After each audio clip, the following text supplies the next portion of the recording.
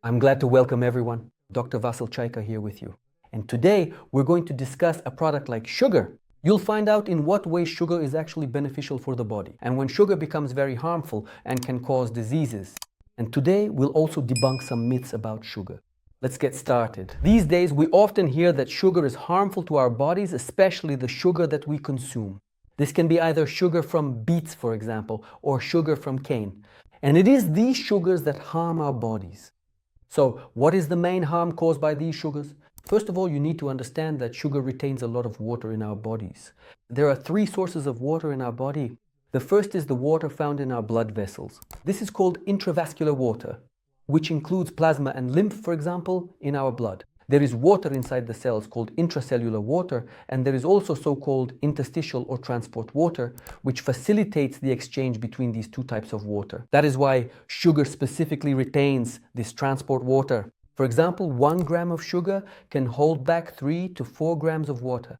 So for example, if you consume 100 grams of sugar per day in various products, you can understand that 380 to 400 grams of weight will always be added to your usual weight. Therefore, if we want to lose weight, we need to clearly understand that, first of all, our body is not gaining fat.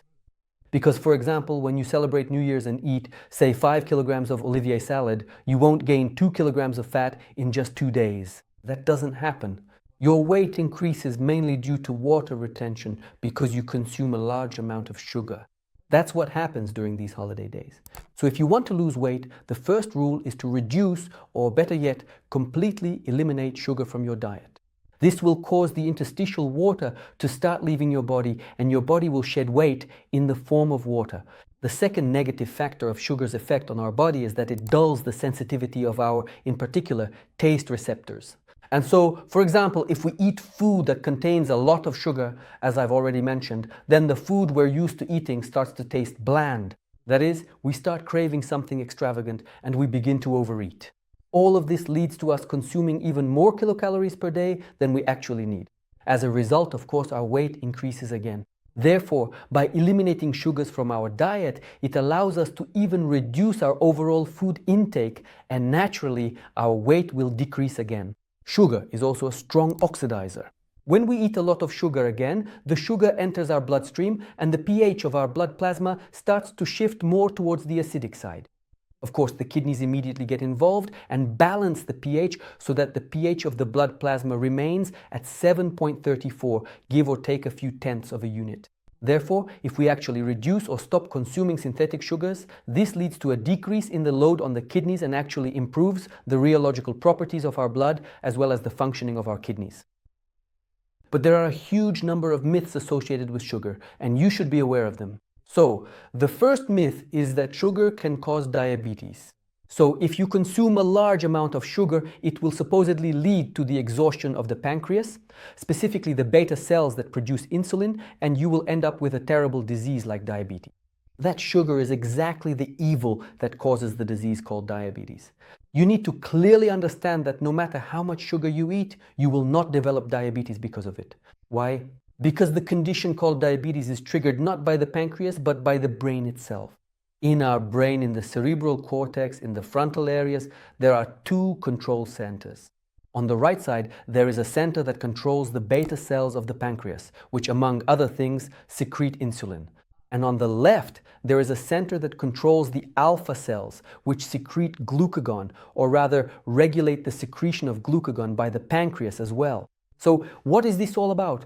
It's not the beta cells and alpha cells in the pancreas that decide whether to secrete insulin or not, but rather our brain.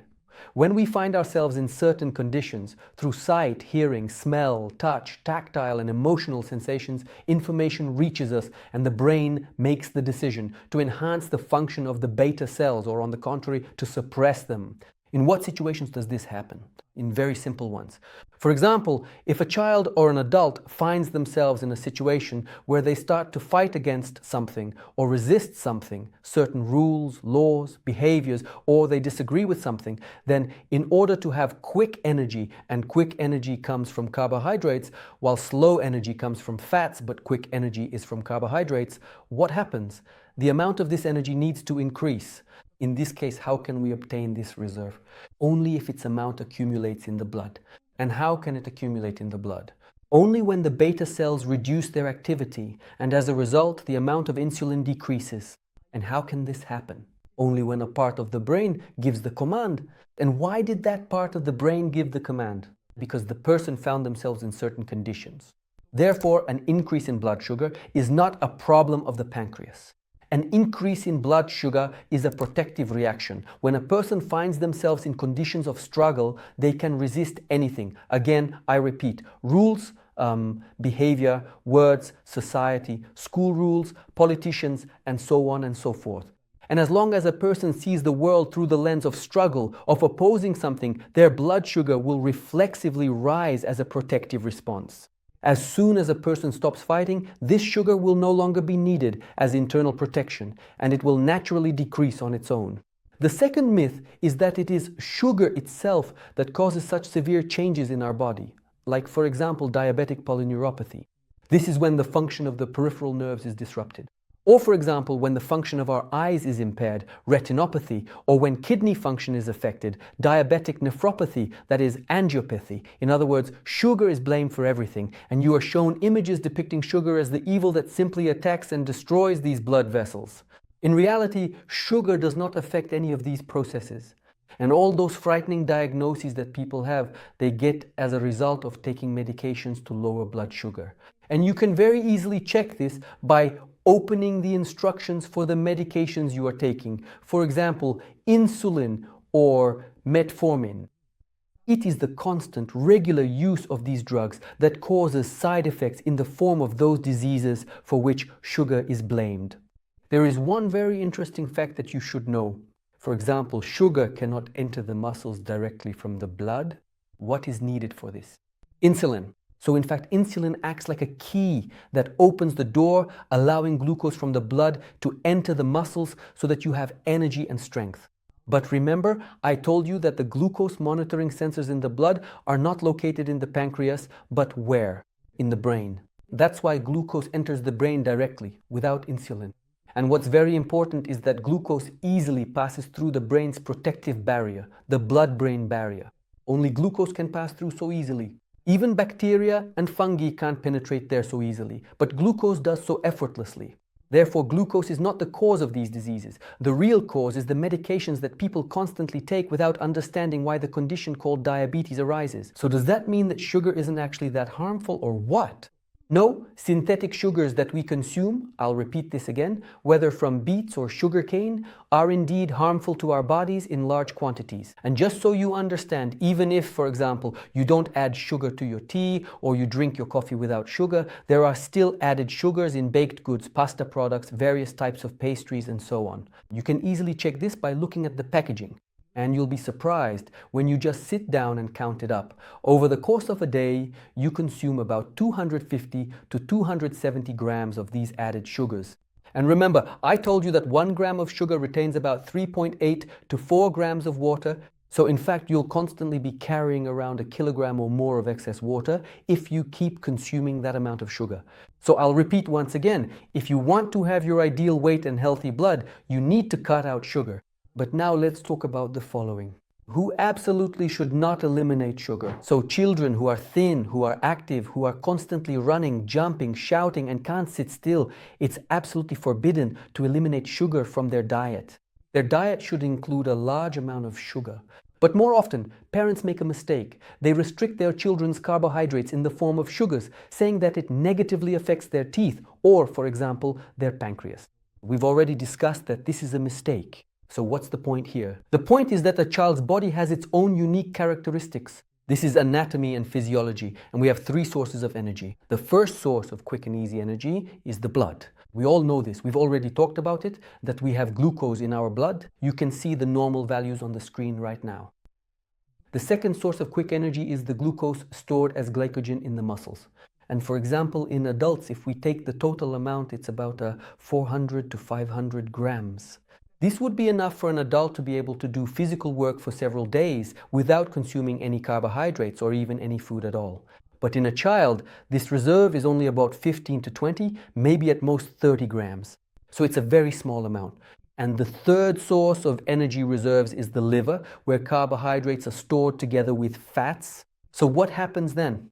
Your child has been running around a lot, playing, or for example, has a fever, or maybe there's an exam, or they're nervous about something, or there's a competition. In other words, they needed to expend a lot of energy, either emotionally or physically. The blood glucose level drops very quickly. That's enough, for example, to go up and down to the 10th floor, and the energy is taken. From where? From the glycogen stores in the muscles. But that only lasts for a few hours. And if this source is depleted in children, a third source kicks in, which is the liver, where glucose is bound with fats. What's the essence here? When this energy is released, we get additional byproducts called ketone bodies. And then children are given this diagnosis, acetone. They say, he's come down with acetone. They say, he's so sick. No, your child hasn't come down with any acetone. The body is helping, providing energy, but from the very last reservoir it has left. So the first and correct aid when a child develops acetone is to give what? A large amount of carbohydrates in a small amount of water. This could be sugar, it could be Coca-Cola, it could be honey, and so on.